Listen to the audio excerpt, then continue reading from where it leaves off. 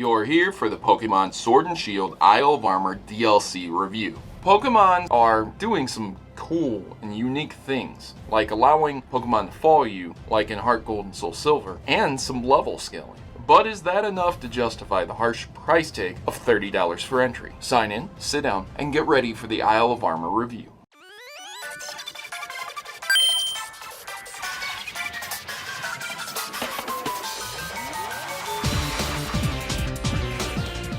Before we go any further with today's review, there's obviously going to be spoilers, and because this is a major story-driven DLC, all of the spoilers are going to be in this review. So if you don't want to be spoiled about the game, now's your time to leave. The Isle of Armor DLC will begin similarly to how Fallout DLCs occurred back in the day, where you're alerted to having some DLC and directed to go to that location and begin said DLC. No matter where you're at in the game itself, pretty much if you can get to that location, you can do the DLC. Once you present a pass at the train station, you may go to the Isle, where a short cutscene is shown to introduce you to your new area of exploration. It's a pretty big island, at least at first. Instantly, you are introduced to a unique antagonist, Clara, which pops with color. She reminds me of somebody who used to sell their bathwater on the internet, and I'll let you guys type the reference in the comment section below. This battle that you get acquainted with the antagonist by shows some of the new Pokemon that are available. And roughly after 5 minutes, you can begin seeing wild Pokemon. From Wailord in the water to tons of Pokemon popping up, some new, some already present in the game. There are around 100 new Pokemon added with this DLC, and some are from every generation, from 1 to 7. New Galar forms like Slowpoke and Gigantamax form for a couple others, like Venusaur and Blastoise. Some notable new Pokemon added are Scyther, Porygon, and their respective evolutions, a Dunsparce, Azurill, Sharpedo, Lopunny, Magnezone, Crocodile, Emolga, Talonflame, Klefki, Rockruff, and of course the new mythical and legendary variations of the Pokemon that we have seen from before and the new ones. With over 100 Pokemon to collect, there are plenty to choose from as soon as you get to the island. However, most of the island will be cut off until you address the main dojo storyline and issue. You really have to deal with this storyline first. An old master named Mustard runs it, and after a short battle, he insists you join the dojo and complete some of his trials and help him out. The crux of the DLC is that, so if you're not into martial arts of any kind, you will likely not enjoy the story. The music. Some of the new Pokemon, the aesthetics of the area, they're all based around this. It looks nice, it's done very, very well, but the DLC follows all of the Kung Fu tropes. An old master, menial chores, rivalries between students. It's all here, and again, it's done very well, but it's nothing new. All through the DLC, you will be tasked to do some things and be given rewards from the dojo, to include Kanto starters of Bulbasaur and Squirtle, so that's pretty cool. The 3 tasks are simple, involving a few battles and some fetch quests. This DLC silently explains that the rival antagonist wants to be a poison-type gym leader, and that by you, the player, appearing, you've pushed the antagonist much further than they would have had you not, and they begin to put serious effort into their training instead of what they were doing before, which was the minimum. In a surprising twist of events, the rival actually cheats in the final trial, introducing a possible concept for future games that we could see evil teams doing the same thing both outside and inside Pokemon battles to gain the edge. I find this concept to be extremely unique and intriguing, and if a game like Generation 1 was remade in the future, which it most definitely will be, it should implement something like this with the Team Rocket encounters. I would greatly appreciate it, and I think it would give new perspective to older games. After the completion of said trials, you're introduced to a comical fighting type bear. I don't like this cutscene at all, honestly. It's just,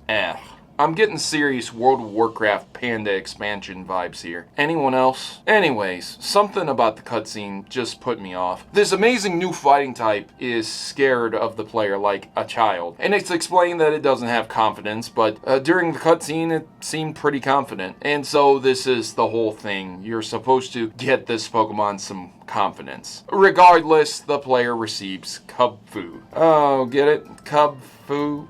Like a bear cub that does kung fu. Ha! The creativity is amazing. This leads into how the player gets to take Pokemon for a stroll. You might think this is amazing, just like in Heart Gold and Soul Silver, and it is, kind of. See, this is where the game fumbles a bit here with the DLC. Some Pokemon do a better job following you than others. I've seen many, but I think the best example is if you ask Dracolope to follow you, it will slowly, and I mean very slowly, follow you, to the point where it takes like 5 to 10 seconds to catch up. At the end of the day, it really doesn't matter. You can still have Pokemon follow you around, and that's cool, but it's just kind of lame that some of them are extremely slow. After you test the feature, your next objective is to become better friends with Kubfu by finding fellow dojo members around the island.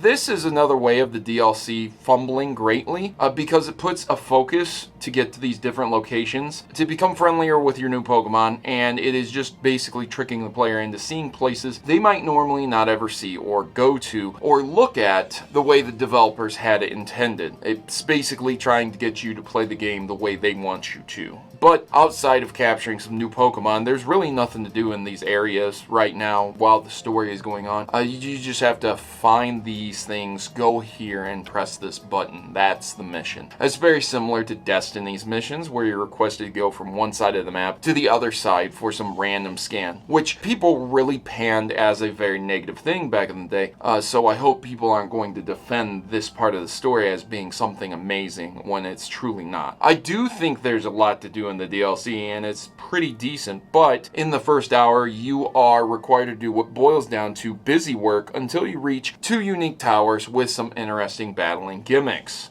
Then you are finally given access to most of the island for training your new Pokemon. But again, why did all of this have to take an hour? It's a very extended process just to be able to do all of this. Anyways, the towers revolve around using Kubfu to battle around 5 opponents, while indicating that your Pokemon should be around level 70. Kubfu, that is. You can view these towers to be an extremely mild version of older battle towers, where you can heal between battling trainers, but you should only be using Kubfu. Depending on the chosen tower, it will depend on what the evolution type will become of Kubfu. Either as single strike or rapid strike, Kubfu will be what you get, which is one being dark fighting and the other one being water fighting. The method for which this Pokemon was introduced and fleshed out is intriguing, but dedicating an entire DLC to one Pokemon and its evolutions are a bit strange, I would definitely say. As you continue the story, there is a section where you must work with your rival from the main campaign of Sword and Shield to do a bunch more fetch quests. They really love sending you somewhere, grabbing something, and returning you back to where you were. At the end of the main story, there's a final battle involving the Master closing out the DLC and allowing the player to explore the island at their own leisure, with a nice end screen. If you are high level at this point in time, there's really no point in grinding or battling wild Pokemon, so I was able to run through the game in about 2 hours, and I have had level 100 Pokemon and lower Pokemon, and levels do scale up, but there is a massive difference between a level 100 Pokemon and around a level 80 Pokemon. No, levels do not equate and scale perfectly. They are fairly close, and Pokemon does a much better job of doing this, but still fails in unique and equal level scaling. There is an addition to also trying to find some Digletts on the island, but that's just a side collectathon, and if you're not into that type of thing, it will go unnoticed very quickly. You probably forgot that it even was a thing for a long time if you played through this DLC and you didn't care about it. The addition of unique Pokemon exclusively added to this DLC are nice, but if you're not planning on battling online, there's really no point in getting them, as they are just as overpowered as your team from the main game storyline without the DLC. But unless you want to collect the extra 100 Pokemon and take a new Pokemon online, it's around a 2-hour experience at best. Or you could stretch out your game time by randomly battling Pokemon and getting lost while you're doing the story. Yeah, but you know what? What's the point in that? Why would you even bother doing that? You're paying $30 for a story based around a Kung Fu bear that lasts less than 2 hours. But no, it's actually $15, right? Someone's going to raise that point because there is another part to this. There are 2 DLCs for the $30 DLC expansion pack. I'm very conflicted because the short amount of time was pretty intriguing and introduced some new and old great concepts to the game, even if some of them didn't work perfectly. On one hand, the DLC can be completed in less than 2 hours and includes some unique new features that are exclusive to the island area and only provides 100 more Pokemon to capture. But on the other hand, the old man did say the world is your cloister, and I am a fan of puns. So 10 out of 10, 100 out of 100, buy it today. No, but seriously, this DLC might last you a week at best, and if you think that's worth $15, then have fun. Or you could buy a pizza, some sodas, and get you Detective Pikachu and have a great time. It's your choice.